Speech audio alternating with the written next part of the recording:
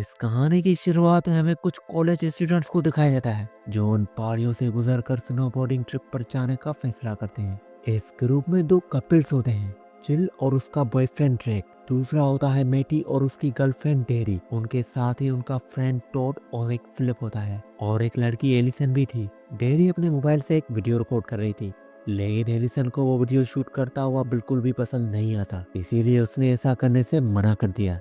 ये सब देखकर जिल को पता चलता है कि उसके फ्रेंड की तबीयत बिल्कुल भी अच्छी नहीं है। ट्रिप के दौरान उन्हें सड़क पर एक गाड़ी मिलती है जो एक पुलिस वाले की होती है। वो पुलिस वाला कहता है कि आगे ट्रक पलट गया है, रोड फिलहाल बंद है। और फिर जिल पूछती है कि रास्ता कब तक खुलेगा, और पुलिस वाला कहता है कि कम से कम 1 घंटा लगेगा। फिर वो पुलिस वाला सलाह देता है कि वो रास्ते से घूम कर जाए। जिल ने दूरी पूछी और वो पुलिस वाला कहता है कि रास्ता तकरीबन 80 किलोमीटर दूर है। ये सब सुनकर सबका जोश थोड़ा ठंडा पड़ गया और वो रास्ते पर एक पुराने गैस स्टेशन पर जाते हैं और वहाँ पर रुकने का फैसला करते हैं। जिल और एलिसन बाथरूम की तरफ चली जाती है, फिर एलिसन वॉशरूम के अंदर चली जाती है और जिल बाहर इंतजार करती है। और वहाँ पर चारों तरफ अजीब सी खामोशी थी। तभी उसकी नजर एक गाड़ी पर पड़ती है और उसे लगा कि गाड़ी के पीछे कोई हलचल हो रही है, और वो डर कर धीरे धीरे पास जाती है। फिर उसे वहाँ पर एक बड़े भालू की लाश मिलती है। इधर बाथरूम में एलिसन अकेली थी। जैसे ही वो बाहर निकलने लगती है, अचानक लाइटें टिमटिमाने लगती है और दरवाजा अपने आप ही बंद हो जाता है।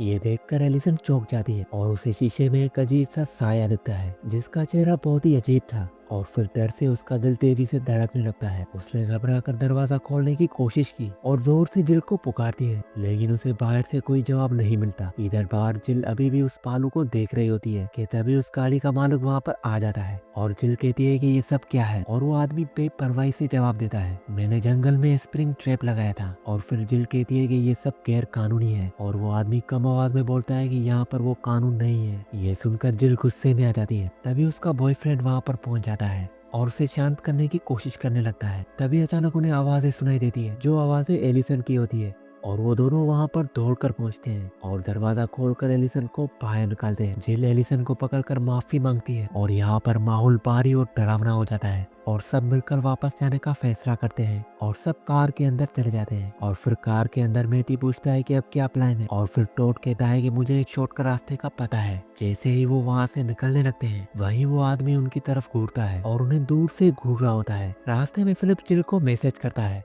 जिल स्क्रीन पर नजर डालती है लेकिन उस बात को नजरअंदाज कर देती है, और फिर जिल मैसेज देखती है और उस बात को इग्नोर करती है। और थोड़ी देर में ये लोग सुनसान सड़क तक पहुंचते हैं जहाँ पर एक बोर्ड लगा होता है। वहाँ पर नो पासिंग लिखा था, और सब लोग टॉड से पूछते हैं क्या यही रास्ता है, और वो कहता है कि यही रास्ता है, ये पहाड़ी का रास्ता सीधे मंजिल तक ले जाएगा। और ये सभी तय करते हैं कि वो आगे जाएंगे, और डेरिक वो चेन तोड़कर आगे बढ़ता है, और ये लोग कई घंटों से रास्ते के सफर पर, लेकिन उन्हें अभी तक मंजिल नहीं मिली। इसी बीच एलिसन अभी भी उस बाथरूम वाले सीन को याद कर रही होती है। उसका दिल डर से धड़क रहा था। तभी वो एक टहनी पर एक कौवे को देखती। कौवा उससे बात कर रहा होता है लेकिन वो समझ नहीं पाती। कुछ ही देर के बाद जिल नींद से उठती है और फिर टॉड से कहती है कि हम मंजिल तक कब पहुंचेंगे। और फिर टॉड कहता है कि मुझ पर भरोसा रखो, लेकिन डायरेक्ट गुस्से में आ जाता है और सबको मोबाइल में मैप चेक करने के लिए कहता है, लेकिन किसी के भी फोन में नेटवर्क नहीं होता। इसकी वजह से उसका ध्यान रोड से हट जाता है और उनकी कार अचानक फिसलकर टकरा जाती है और ये सब बच जाते हैं।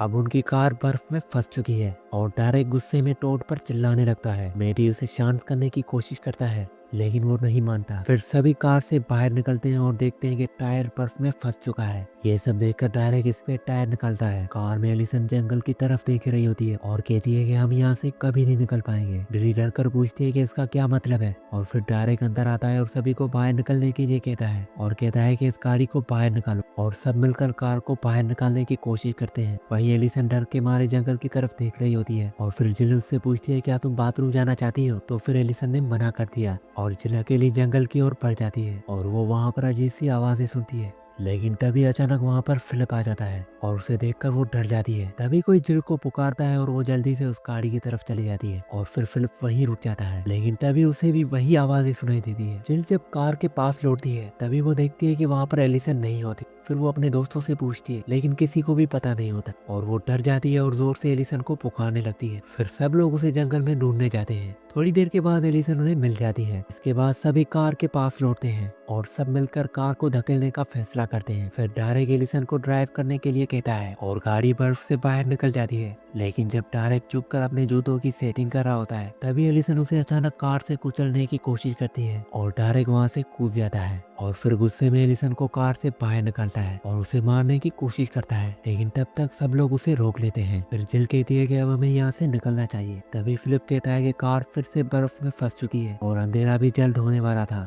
और ठंड भी बढ़ रही थी। ये सब देखकर टारेक सबको फोन में सिग्नल चेक करने के लिए कहता है, लेकिन किसी के पास नेटवर्क नहीं होता। तभी उसे याद आता है कि जिल के पास थोड़ी देर के लिए नेटवर्क था और वो जिल से उसका फोन मांगता है। जिल फोन उसकी तरफ फेंक देती है और टारेक फोन उठाता है और देखता है कि फिलिप के मैसेज आए हुए थे और ये देखकर वो गुस्से में आ जाता है और फिलिप को उसके साथ चलने के लिए कहता है और फिलिप टारेक के साथ चल पड़ता है और वहाँ पर वो उससे लड़ता है और उसे सवाल करने लगता है। फिर जिल की फोन में आए हुए मैसेजेस को दिखाकर जिल के साथ बने रिश्ते के बारे में पूछता है, लेकिन फिलिप चुप रहता है और वो दोनों वापस कार के अंदर आते हैं। अब कार में सभी लोग मदद आने का इंतजार कर रहे होते हैं और वो लोग सभी जानते थे कि यहाँ पर उनकी मदद करने के लिए यहाँ पर कोई भी नहीं आएगा। और फिर टॉड कहता है कि मैं यहाँ से मदद के लिए जाऊंगा और जल्दी ही लौटूंगा, आखिर मेरी वजह से यहाँ पर हम फंसे हैं। लेकिन उसे अकेले जाने में डर लग रहा था और फिर उसका भाई कहता है कि मैं तुम्हारे साथ जाऊंगा, लेकिन बिरी उसे जाने से रोक लेती है। तब एलिसन उसके साथ जाने के लिए तैयार हो जाती है। जिल उसे रोकने की कोशिश करती है लेकिन वो नहीं रुकती। फिर दोनों मिलकर दोस्तों को अलविदा करते हैं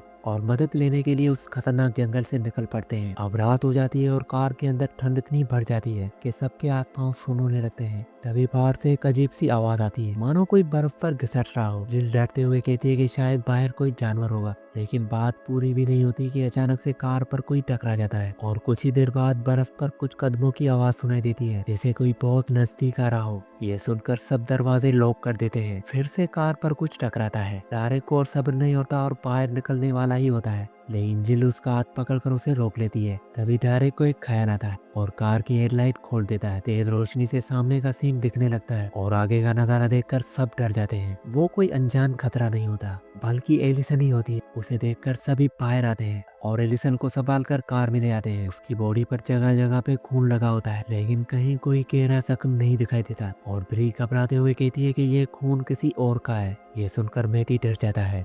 उसके दिमाग में सिर्फ अपने भाई टॉड का ख्याल घूमता रहता है। उसी समय मेटी की नजर एलिसन के हाथ पर पड़ती है, जिसमें कुछ उलझे हुए बाल होते हैं। और फिर मेटी बाहर जाने का फैसला करता है अपने भाई को ढूंढने के लिए, लेकिन डेरी उसे रोक लेती है। यह सब देखकर मेटी अपने भाई को ढूंढने के लिए बाहर निकल जाता है और जिल घबरा कर उसके पीछे जाती है और उसे रोकने की कोशिश करती है, और वो उसकी बात नहीं मानता और अपने भाई को ढूंढने के लिए चला जाता है। और जिल वापस कार के अंदर आ जाती है और फिर जिल कहती है कि हमें यहाँ से जल्दी से निकलना होगा। और फिर टारेक कहता है कि मैं उस पागल औरत एलिसन को नहीं ले जाऊंगा। और फिर जिल कहती है कि हमें यहाँ उसे अकेला नहीं छोड़ सकता। और फिर वहाँ पर फिलिप कहता है कि एलिसन की तबीयत सच में खराब है और जिल कहती है कि वो बस बीमार है। इस बात में तीनों के बीच बहस शुरू हो जाती है और फिर वो तीनों आखिर में एक फैसला करते हैं, इसीलिए वो एलिसन के हाथ बांध देंगे। और फिर टारेक एलिसन के हाथ पैर बांध देता है और फिर थोड़ी देर के बाद फिलिप हल्का होने के लिए बाहर चला जाता है। अकेले में टारेक मौका पाकर जिल से कहता है, मुझे सब कुछ पता है, तुम्हारे और फिलिप के बीच में क्या चल रहा है। फिर वो जिल को उकसाने लगता है। जिल से कहता है कि तुम उस पर भरोसा मत करो,